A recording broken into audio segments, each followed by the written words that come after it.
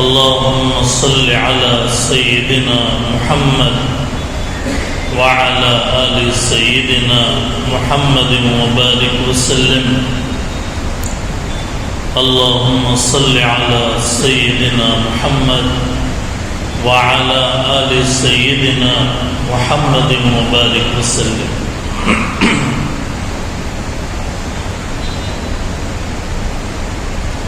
بزرگان محترم،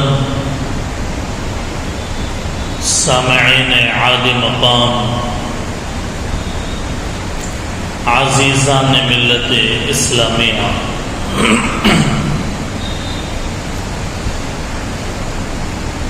2023 دسمبر کی آج 1 تاریخ ہے. جمادی الاولیٰ کا مہینہ 1445 ہجری کا رواں ہے.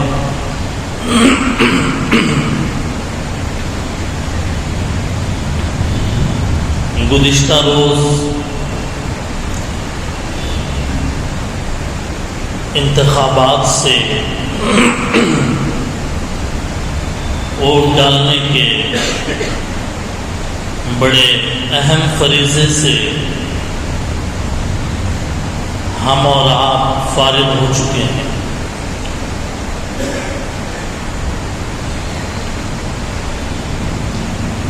محترم بزرگوں، تدبیر انسان کر سکتا ہے، تدبیر انسان کر سکتا ہے، تقدیر اللہ کے حوالے ہے. انسان کا تقدیر میں کوئی عمل نہیں ہے، تدبیر میں انسان کا عمل ہے. تدبیر کرنا تھا کہ ملک میں ظالم طاقتوں کو کیسے روکا جائے. پلاننگ کرنا تھا صحیح امیدوار کو کامیابی کیسے دلایا جائے. یہ تدبیر ہے. تقدیر میں کیا لکھا ہے وقت بتائے گا. انسان کو تقدیر کا مکلف نہیں بنایا گیا، تدبیر کا مکلف بنایا گیا ہے. محترم بزرگوں، آج جس عنوان کے اوپر ہم سب کو جمعے کا بیان سننا ہے وہ ہے موجودہ حالات میں مسلمان کے کرنے کے اہم کام کیا ہیں.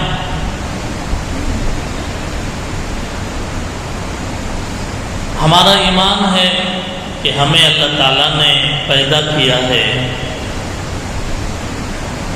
اور اللہ تعالیٰ کا کوئی بھی کام بغیر مقصد کے نہیں ہوتا. اللہ تعالیٰ کا ہر کام حکمت پر مبنی ہوتا ہے، اس کا ایک مقصد ہوتا ہے. ہم بھی کسی جگہ سفر کرتے ہیں تو ہمارا بھی کوئی مقصد ہوتا ہے. دلی بمبئی کا سفر کر رہے ہیں، حیدرآباد کا سفر کر رہے ہیں تو مقصد ہوتا ہے اس کا. اللہ تعالیٰ نے ہم کو پیدا کیا تو ہمارے پیدا کرنے کا ایک مقصد بھی ہے. مقصد کیا ہے؟ فرمایا کہ جنات اور انسانوں کو پیدا کرنے کا مقصد اللہ کی عبادت ہے. یہ مقصد ہے ہمارے دنیا میں آنے کا. ہمارے دنیا میں آنے کا مقصد کروڑ پتی بننا نہیں ہے. ہمارے دنیا میں آنے کا مقصد جائیداد بٹورنا نہیں ہے. ہم کو پیدا کرنے والے ذات اللہ کی وہ بتا رہے ہیں کہ تمہیں پیدا ہم نے عبادت کے لیے کیا ہے۔ رہی بات دنیا کی، کاروبار کی،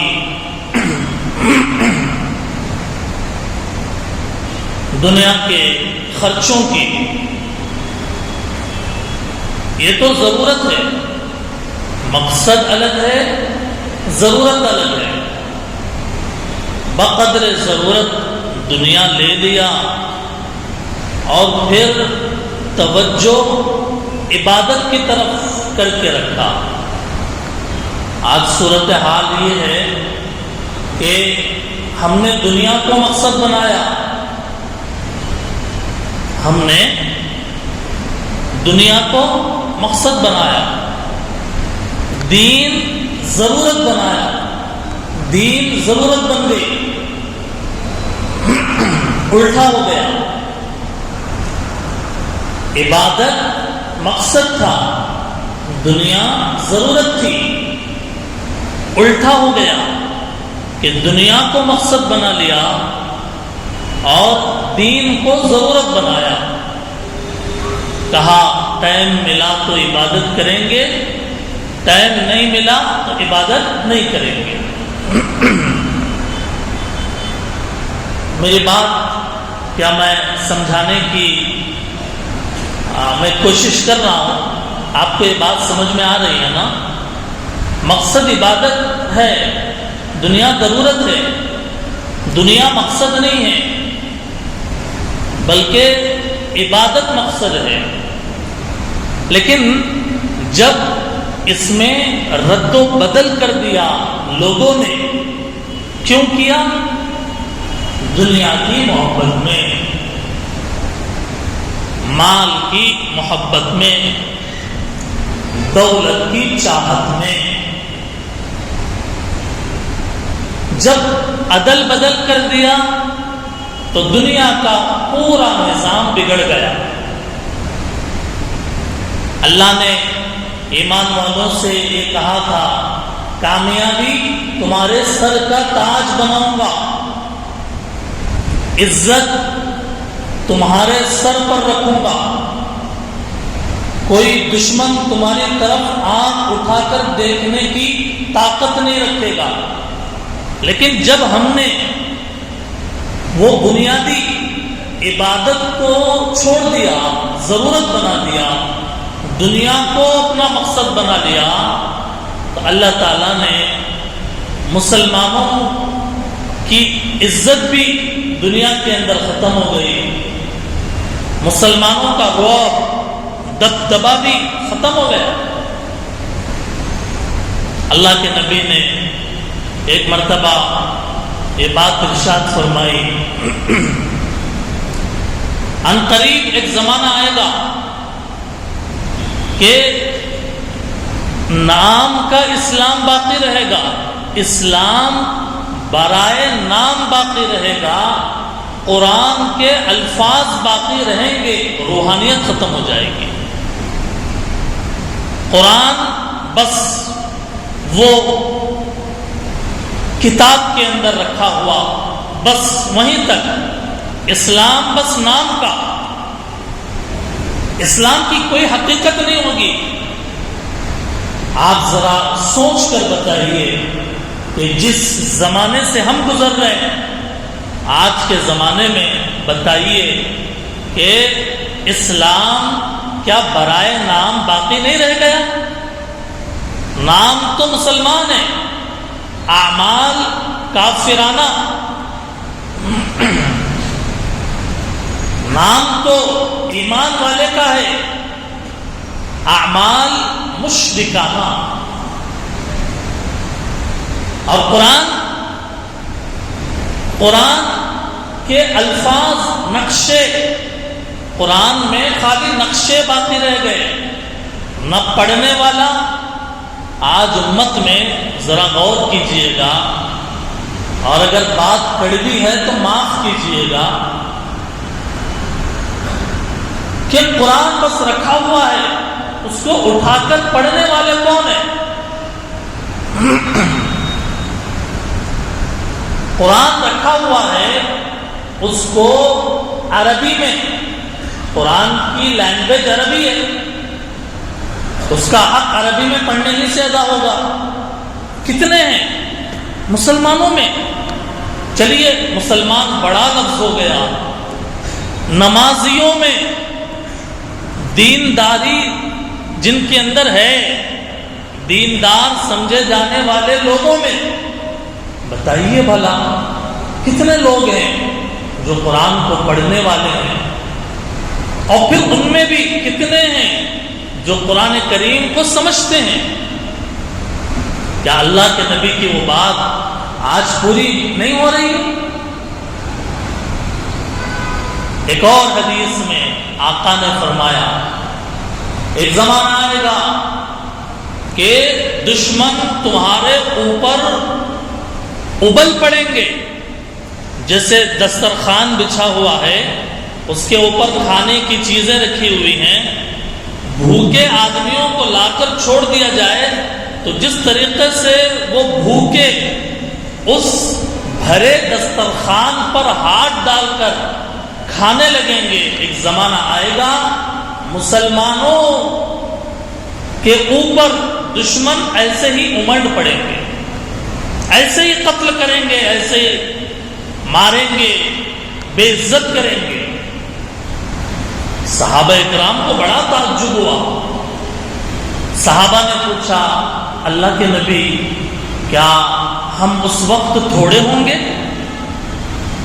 ہماری تعداد کم ہوگی جس کی وجہ سے دشمن ہم پر حملہ کرے؟ اللہ کے نبی نے فرمایا نہیں، تم بہت ہوگے اس وقت، لیکن تمہاری حیثیت پانی کے اوپر جیسے جھاگ آتا ہے، تمہاری حیثیت بس اس جھاگ کی طرح ہوگی۔ اللہ تعالیٰ تمہارے دلوں کے اندر وہن ڈال دیں گے۔ صحابہ نے پوچھا اللہ کے نبی وہن کیا چیز ہے؟ آقا نے فرمایا دنیا کی محبت، موت کی نفرت۔ یہ دلوں کے اندر ڈال دیں گے کہ آدمی دنیا کی محبت دل میں بسائے گا، موت آخرت اس سے نفرت کرنے لگے گا، بیزار ہو جائے گا۔ آج ذرا غور کیجیے کہ آج دین بیزاری، نماز بیزاری، اسلام بیزاری کتنی ہمارے معاشرے کے اندر گھس گئی ہے۔ دو حدیثیں میں نے آپ کو اللہ کے نبی کی سنائی جو آج ہمیں اپنی آنکھوں سے وہ چیزیں دیکھنے میں آ رہی ہیں۔ اسی لیے میرے دوستوں اور بزرگوں، جیسے انسان اچھے اعمال کرتا ہے، اچھے اعمال کا اثر پڑتا ہے۔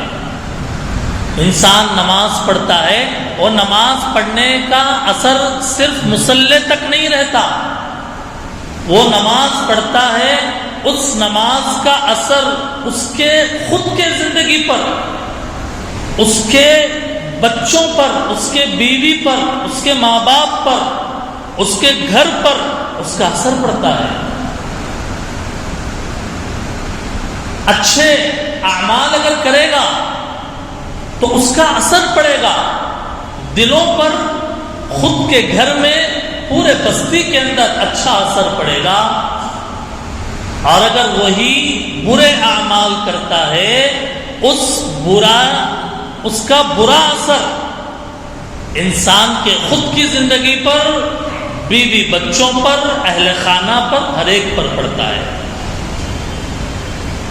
ایک بزرگ فرماتے ہیں جب بھی مجھ سے کوئی گناہ ہوتا ہے، اس گناہ کی نحوست کا اثر میں اپنے سواری میں دیکھ لیتا ہوں کہ میں جس گھوڑے یا اونٹ پر سواری کرتا ہوں اس کے اندر اس گناہ کا اثر دیکھ لیتا ہوں کہ میرے گناہ کی وجہ سے گویا اس کا برا اثر میرے سواری پر پڑ رہا ہے۔ اچھے اعمال کریں گے، اچھا اثر پڑے گا۔ برے اعمال کریں گے اس کا برا اثر پڑے گا. گناہ چھپ کر کیا ہم سمجھتے ہیں کسی نے نہیں دیکھا اور جب کیا تو بات ختم ہو گئی. حالانکہ ایسا نہیں ہوتا، بلکہ جب گناہ کیا ہے اس کا نہ دکھنے والا اثر زندگی میں، معاشرے میں، خاندان میں خود بخود پھیلتا چلا جاتا ہے. بلکہ اسی لیے اللہ کے نبی نے کہا کہ لوگ حاکموں کو گالیاں دیتے ہیں، اس کا مفہوم عرض کر رہا ہوں، بلکہ تمہارے جو اعمال ہیں وہی تمہارے حاکم ہیں. تمہارے جو اعمال ہیں وہی تمہارے حاکم ہیں. اعمالکم عمالکم. انسان جب گناہ کا ارتکاب کر رہا ہے اور انفرادی سطح پر نہیں بلکہ ذہن کو کشادہ کیجئے، ایک پورے مسلم سوسائٹی اور ایک مسلم امت کا سوچیے کہ کیسے کیسے گناہ ہو رہے ہیں.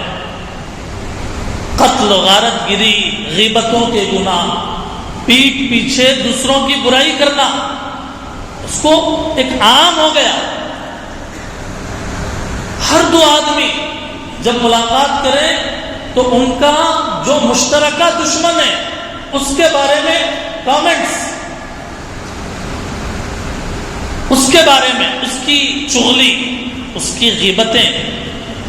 کیا یہ غیبت گناہ کبیرہ نہیں ہے؟ چغلی کرنا گناہ کبیرہ نہیں ہے؟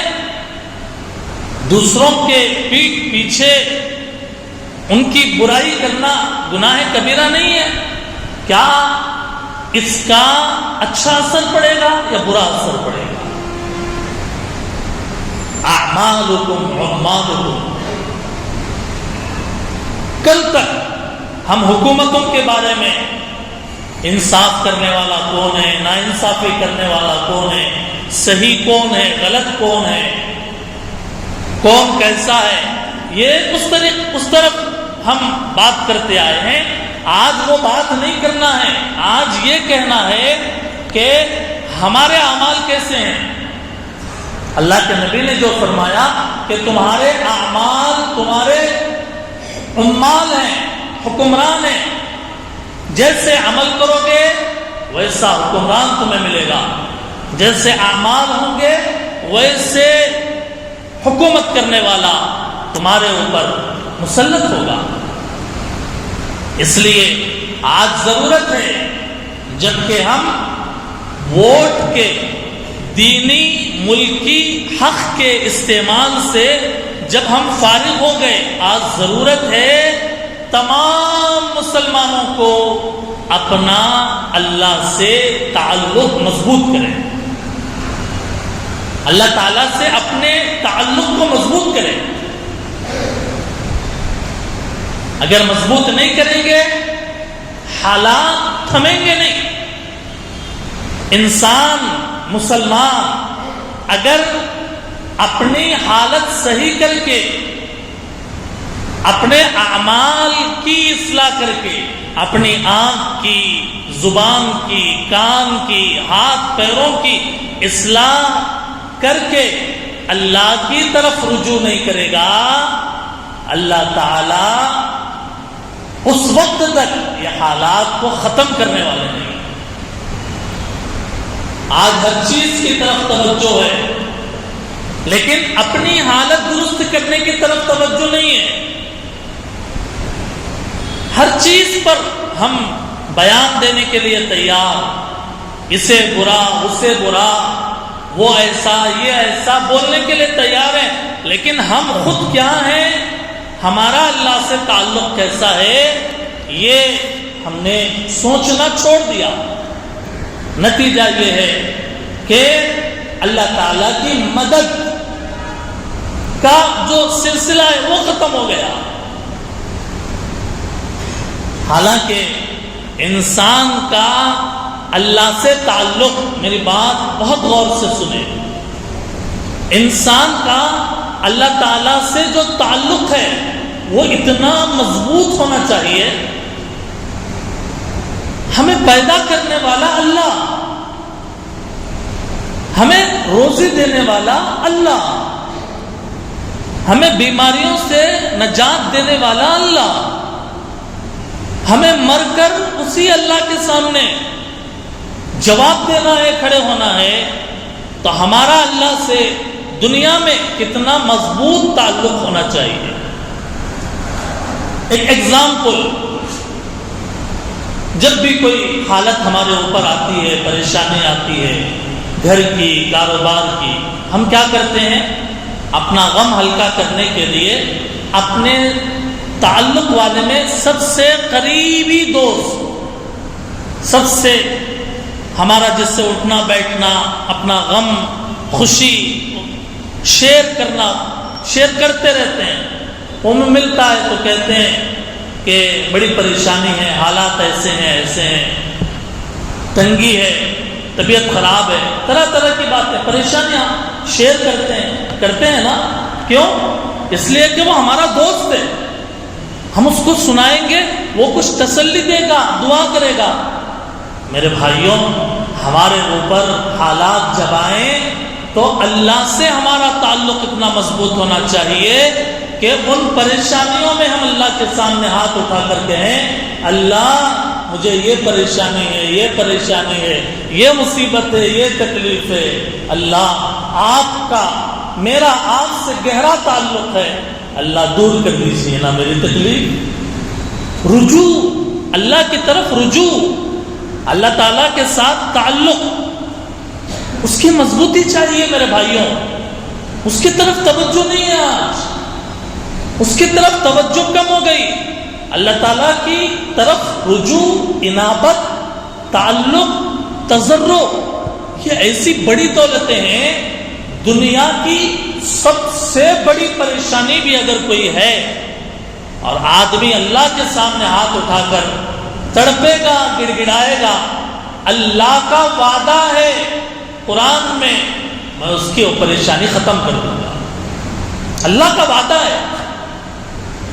آپ نے سنا ہے، میں تفصیل نہیں بیان کروں گا کیونکہ وقت نہیں ہے. حضرت یونس علیہ السلام کا واقعہ، جب آپ بستی سے نکل کے چلے گئے تھے یہ کہہ کر کہ قوم پر عذاب آئے گا، آپ نکل گئے، اس بستی پر عذاب آنے والا ہے، یونس علیہ السلام چلے گئے. لیکن کیا یونس علیہ السلام کی قوم پر عذاب آیا؟ نہیں آیا. کیوں نہیں آیا؟ اللہ نے کہا قرآن میں، جب قوم کے لوگوں نے آسمان کی حالت کو بدلتے ہوئے دیکھا، اللہ کے سامنے گڑ گڑانے لگے، تضرع کرنے لگے، اللہ جی غلطی ہو گئی، معاف کر دیجئے، اب سے نہیں کریں گے.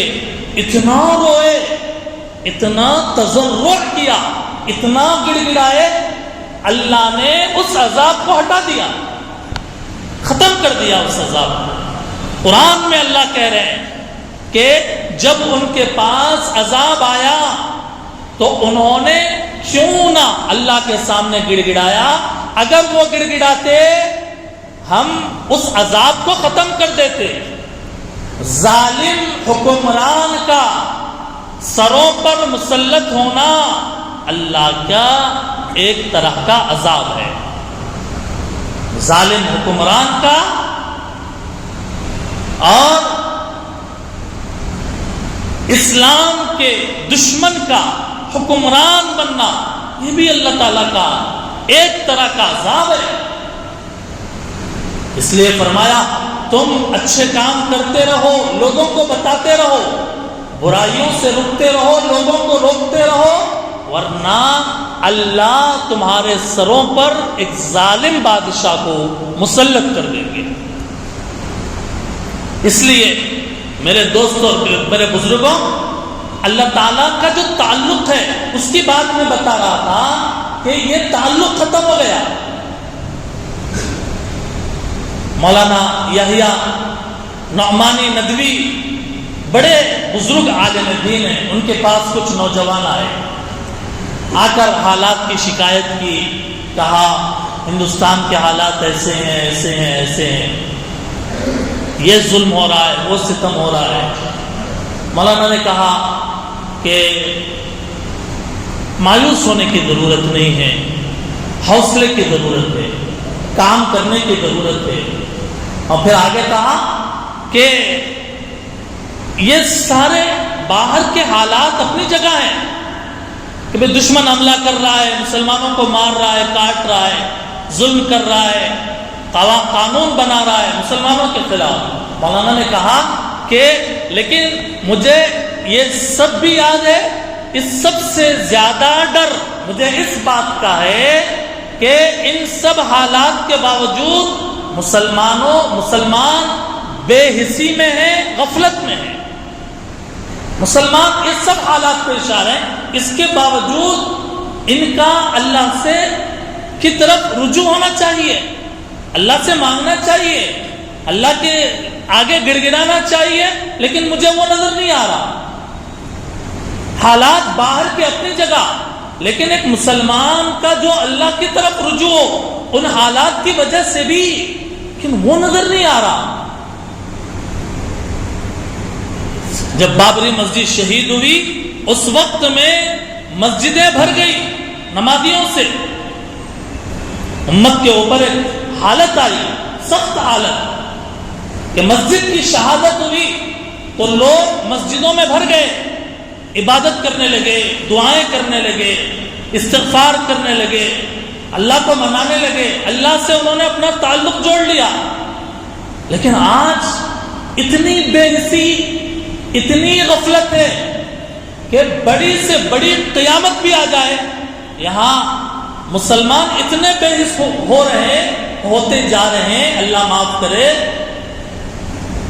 کہ بڑی قیامت بھی آ جائے لیکن مسجدوں میں جو نمازی پہلے سے تھے وہی ہیں، کوئی اضافہ نہیں، کوئی اللہ تعالیٰ کی طرف رجوع نہیں، اللہ کے سامنے رونے والا، گڑ گڑانے، تضرع کرنے والا، الا ماشاء اللہ، اللہ جس کو توفیق دے۔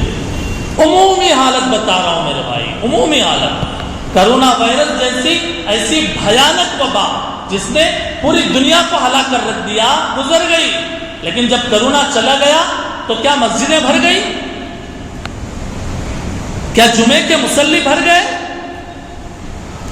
کیا رونے گڑ گڑانے والے نئے پیدا ہوئے؟ چلیے کرونا تھوڑے دور کی بات ہے، ابھی فلسطین میں ہمارے آنکھوں کے سامنے ہم نے دیکھا کہ کیسے بل بلاتے بچے، بڑے بوڑھے، عورتیں، کیسے ان کو کاٹا گیا، کیسے ان کو تہس نہس کہا گیا۔ قیامت نازل ہوئی ہے غزہ کی زمین پر، حالات وہاں پر خراب ہوئے، تو کیا یہاں پہ امت جاگی؟ کیا مسلمان جاگے؟ کیا نمازی جاگے؟ کیا ایک احساس پیدا ہوا کہ ارے وہاں پہ ظالم مسلط ہو گیا؟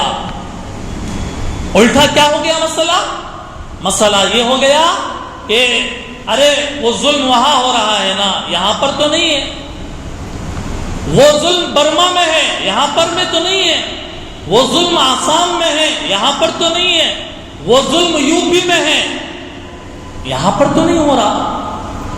ایسی اطمینان کی زندگی گزر رہی ہے۔ اللہ کی طرف رجوع کرنا، رونا، گڑ گڑانا، روزوں کا اہتمام کرنا، نمازوں کا اہتمام کرنا، تلاوت کا اہتمام کرنا، دو چار آنسو بہا لینا، پوری امت کے لیے دعا کرنا، نظر نہیں آ رہا۔ مسجدیں ویران پڑی ہوئی، محلوں کی مسجدوں میں فجر کی نماز میں 4-4 5 مصلی، اور کسی جگہ ایک امام ایک مؤذن۔ حالات قیامت ٹوٹ گئی فلسطین میں، آج بھی مسلم امت نہیں جاگ رہی ہے، تو بھلا بتائیے اور کب جاگی؟ ہو رہا ہوگا کہیں فلسطین میں، کہیں وہاں، کہیں یہاں، ہمارے اوپر تو نہیں ہے۔ خدا نہ خواستہ، اللہ نہ کرے، اگر وہ حالات خراب ہوں اور ہم تک بات آ جائے تب کیا ہوگا، کیا صورتحال ہوگی؟